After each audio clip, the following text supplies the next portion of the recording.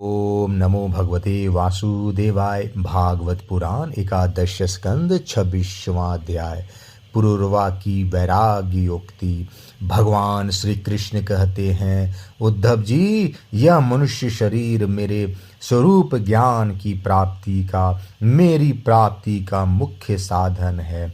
इसे पाकर जो मनुष्य सच्चे प्रेम से मेरी भक्ति करता है, वह अंतःकरण में स्थित मुझ आनंद स्वरूप परमात्मा को प्राप्त हो जाता है।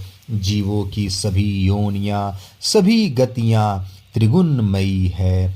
जीव ज्ञान निष्ठा के द्वारा उनसे सदा के लिए मुक्त हो जाता है।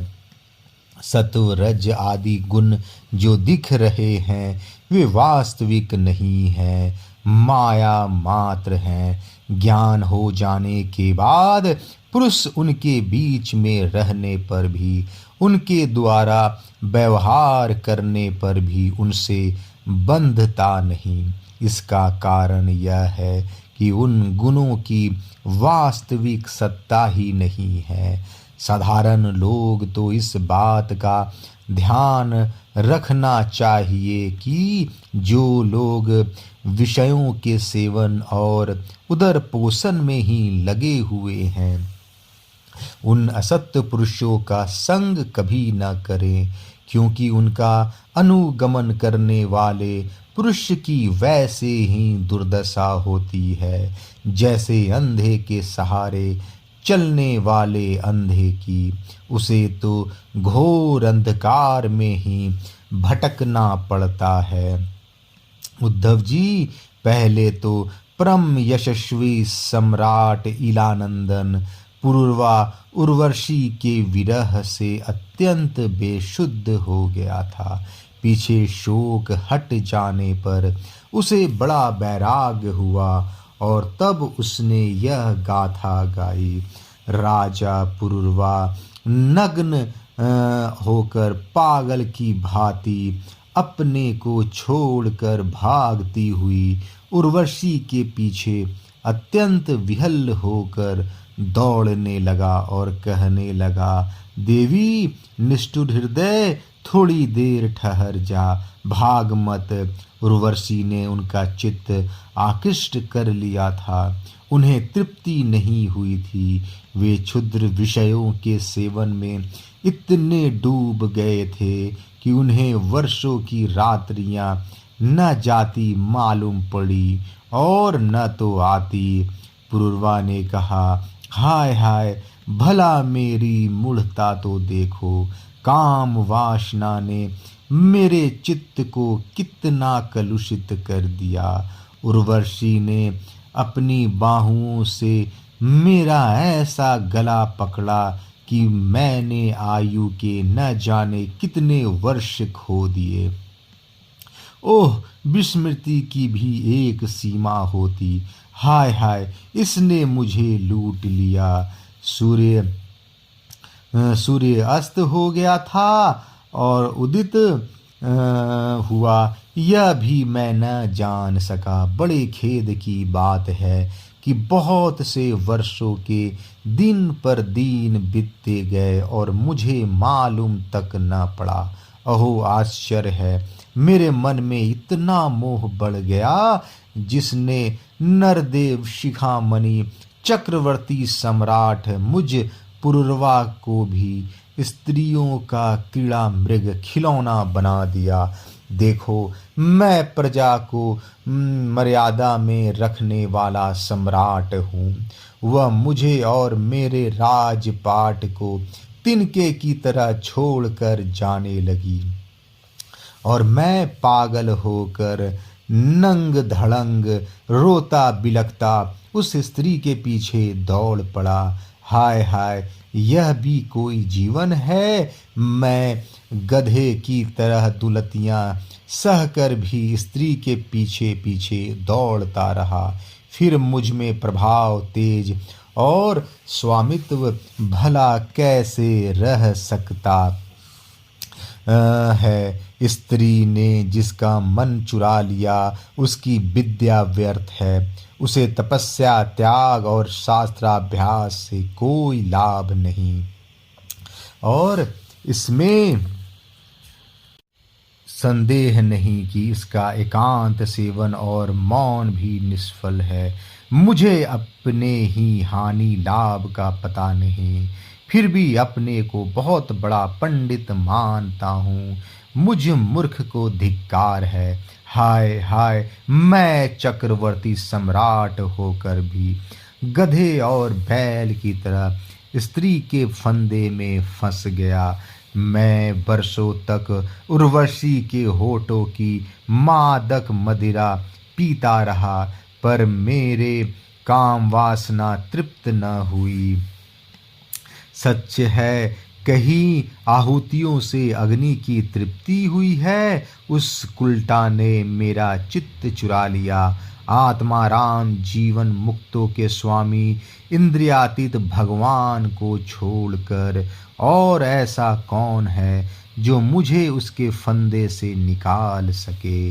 उर्वशी ने तो मुझे वैदिक सूक्त के वचनों द्वारा यथार्थ बात कहकर समझाया भी था, परंतु मेरी बुद्धि ऐसी मारी गई कि मेरे मन को वह भयंकर मोह तब भी मिटा नहीं, जब मेरी इंद्रियां ही मेरे हाथ के बाहर हो गई। तब मैं समझता भी कैसे, जो रस्सी के स्वरूप को न जानकर उसमें सर्प की कल्पना कर रहा है और दुखी हो रहा है, रस्सी ने उसका क्या बिगाड़ा है। इसी प्रकार इस उर्वशी ने भी हमारा क्या बिगाड़ा, क्योंकि स्वयं मैं ही अजितेंद्रिय होने के कारण अपराधी हूँ। कहाँ तो यह मैला कुचैला दुर्गंध से भरा अपवित्र शरीर, और कहाँ सुकुमारता, पवित्रता, सुगंध आदि पुष्पोचित गुण, परंतु मैंने अज्ञानवश असुंदर में सुंदर का आरोप कर लिया। यह शरीर माता पिता का सर्वस्व है अथवा पत्नी की संपत्ति। यह स्वामी की मोल ली हुई वस्तु है, आग का ईंधन है अथवा कुत्ते और गिद्धों का भोजन। इसे अपना कहें अथवा सुहृद संबंधियों का। बहुत सोचने विचारने पर भी कोई निश्चय नहीं होता। यह शरीर मल मूत्र से भरा हुआ अत्यंत अपवित्र है। इसका अंत यही है कि पक्षी खाकर विष्ठा कर दे, इसके सड़ जाने पर इसमें कीड़े पड़ जाएं अथवा जला देने पर यह राख का ढेर हो जाए। ऐसे शरीर पे लोग लट्टू हो जाते हैं और कहने लगते हैं, अहो इस स्त्री का मुखड़ा कितना सुंदर है, नाक कितनी सुघड़ है और मंद मंद मुस्कान कितनी मनोहर है। यह शरीर त्वचा, मांस, रुधिर, स्नायु, मेदा, मज्जा और हड्डियों का ढेर और मल मूत्र तथा पीव से भरा हुआ है। यदि मनुष्य इसमें रमता है तो मल मूत्र के कीड़ों में और उसमें अंतर ही क्या है। इसलिए अपने भलाई समझने वाले विवेकी मनुष्य को चाहिए कि स्त्रियों और स्त्री लंपट पुरुषों का संग न करे। विषय और इंद्रियों के संयोग से ही मन में विकार होता है, अन्यथा विकार का कोई अवसर ही नहीं है। जो वस्तु कभी देखी या सुनी नहीं गई है उसके लिए मन में विकार नहीं होता। जो लोग विषयों के साथ इंद्रियों का संयोग नहीं होने देते उनका मन अपने आप निश्चल होकर शांत हो जाता है। अतः वाणी, कान और मन आदि इंद्रियों से स्त्रियों और स्त्री लंपटों का संग कभी नहीं करना चाहिए। मेरे जैसे लोगों की तो बात ही क्या, बड़े बड़े विद्वानों के लिए भी अपनी इंद्रियां और मन विश्वसनीय नहीं हैं। भगवान श्री कृष्ण कहते हैं, उद्धव जी, राज राजेश्वर पुरुरवा के मन में जब इस तरह के उद्गार उठने लगे, तब उसने उर्वशी लोक का परित्याग कर दिया। अब ज्ञानोदय होने के कारण उसका मोह जाता रहा और उसने अपने हृदय में ही आत्म स्वरूप से मेरा साक्षात्कार कर लिया और वह शांत भाव में स्थित हो गया।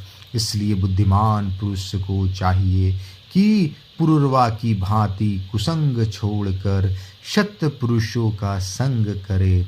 सत्पुरुष अपने सदुपदेशों से उसके मन की आसक्ति नष्ट कर देंगे। संत पुरुषों का लक्षण यह है कि उन्हें कभी किसी वस्तु की अपेक्षा नहीं होती। उनका चित्त मुझ में लगा रहता है। उनके हृदय में शांति का अगाध समुद्र लहराता रहता है। वे सदा सर्वदा सर्वत्र सब में सब रूप से स्थित भगवान का ही दर्शन करते हैं। उनमें अहंकार का लेश भी नहीं होता। फिर ममता की तो संभावना ही कहाँ है। वे सर्दी गर्मी सुख दुख आदि द्वंद्वों में एक रस रहते हैं तथा बौद्धिक मानसिक शारीरिक और पदार्थ संबंधी किसी प्रकार का भी परिग्रह नहीं रखते। परम भाग्यवान उद्धव जी, संतों की सौभाग्य की महिमा कौन कहे। उनके पास सदा सर्वदा मेरी लीला कथाएं हुआ करती है। मेरी कथाएं मनुष्यों के लिए परम हितकर है। जो उनका सेवन करते हैं उनके सारे पाप तापों को धो डालती है। जो लोग आदर और श्रद्धा से मेरी लीला कथाओं का श्रवण गान और अनुमोदन करते हैं, वे मेरे परायण हो जाते हैं और मेरी अनन्य प्रेममयी भक्ति प्राप्त कर लेते हैं। उद्धव जी, मैं अनंत अचिंत कल्याणमय गुण गानों का आश्रय हूँ। मेरा स्वरूप है केवल आनंद, केवल अनुभव, विशुद्ध आत्मा। मैं साक्षात पर ब्रह्म हूँ। जिसे मेरी भक्ति मिल गई वह तो संत हो गया। अब उसे कुछ भी पाना शेष नहीं है। उनकी तो बात ही क्या, जिसने उन संत पुरुषों की शरण ग्रहण कर ली, उसकी भी कर्म जड़ता, संसार भय और अज्ञान आदि सर्वथा निवृत्त हो जाते हैं। भला जिसने अग्नि भगवान का आश्रय ले लिया, उसे शीत भय अथवा अंधकार का दुख हो सकता है। जो इस घोर संसार सागर में डूब उतर रहे हैं, उनके लिए ब्रह्मवेता और शांत संत ही एकमात्र आश्रय हैं। जैसे जल में डूब रहे लोगों के लिए दृढ़ नौका, जैसे अन्न से प्राणियों के प्राण की रक्षा होती है, वैसे जैसे मैं ही दीन दुखियों का परम रक्षक हूँ। जैसे मनुष्य के लिए परलोक में धर्म ही एकमात्र पूंजी है, वैसे ही जो लोग संसार से भयभीत हैं, उनके लिए संत जन ही परम आश्रय हैं। जैसे सूर्य आकाश में उदय होकर लोगों को जगत तथा अपने को देखने के लिए नेत्र दान करता है, वैसे ही संत पुरुष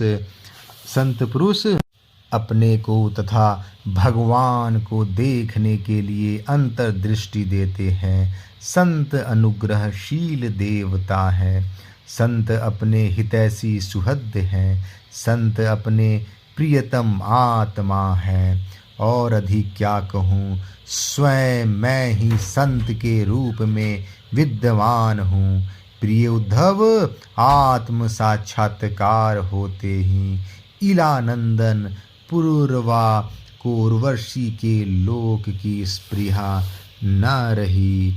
उसकी सारी आसक्ति मिट गई और वह आत्मा राम होकर स्वच्छंद रूप से इस पृथ्वी पर विचरण करने लगा। 26वां अध्याय समाप्त। जय श्री कृष्ण।